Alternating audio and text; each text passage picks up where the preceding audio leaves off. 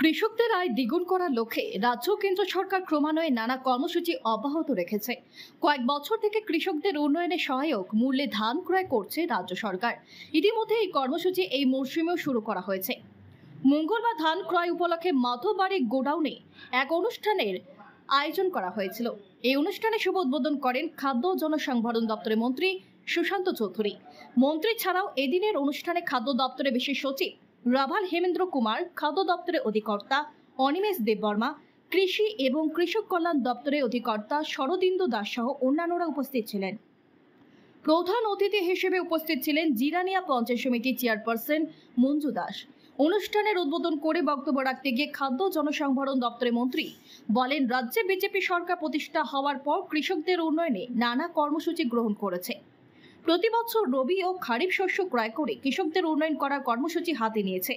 আর এই কর্মসূচিতে এমএসপি রেটে এখনো পর্যন্ত 382 কোটি টাকা সরাসরি কৃষকদের কাছে গেছে।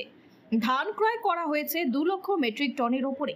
পাশাপাশি তিনি উল্লেখ করেন, যতদিন রাজ্যে বিজেপি সরকার থাকবে ততদিন ধান ক্রয় কর্মসূচি অব্যাহত রাখবে রাজ্য সরকার।